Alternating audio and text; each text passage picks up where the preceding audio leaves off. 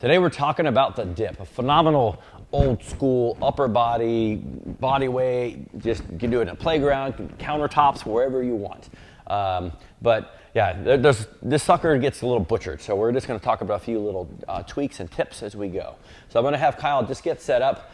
First off, right now, you just get good scap depression, because if he just relaxes, his shoulder's going to up in his ears. How often do you hear this all the time? So we want to think shoulders down and back as he's pressing up and away. Some people, I'll have them just start here and just get some of that good scap depression work.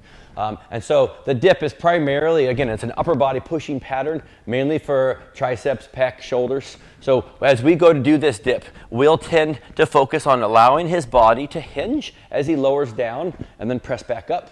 So I'm going to have him just do a few more. Hopefully I don't get too tired while I'm talking. But the goal here is that you want to see a lot of scapula, a lot of shoulder blade movement. Just like if he's at the bottom of a press and he's coming up, say, bench, he's going to have his shoulders in that same position at the bottom. You'll see the front of his shoulder blade, or his humerus here, should come back as he comes down, not come forward. So if you don't mind, this is very common. Most people will tend to be a little more upright, and you'll see the shoulder just really roll forward into your glide and just wear away at the front of the shoulder. So that's something we're really trying to coach, is getting that shoulder down and back, be able to give it a little bit of a stretch in the front, and then by loading the hips back, it's almost kind of like doing a decline press.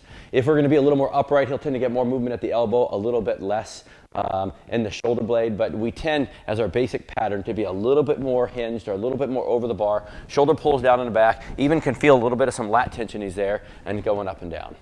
A couple ways to make this a little easier would be we can do a toe assisted. So he'll stand up here, we'll set the bar. This one's kind of nice because we can move it wherever we want. At some gyms you can't, but so we'll just show this here. So he can use his toes as little or as much as he wanted, and it still allows him to hinge and then allows himself to come back up. He may go, okay, I'm almost ready to do a body weight dip. He could probably pick up his feet, lower himself down under control, and then just use a little bit of toe assisted to come back up. Okay, so and if you don't have access to that, you can use one of these super bands like we've done here.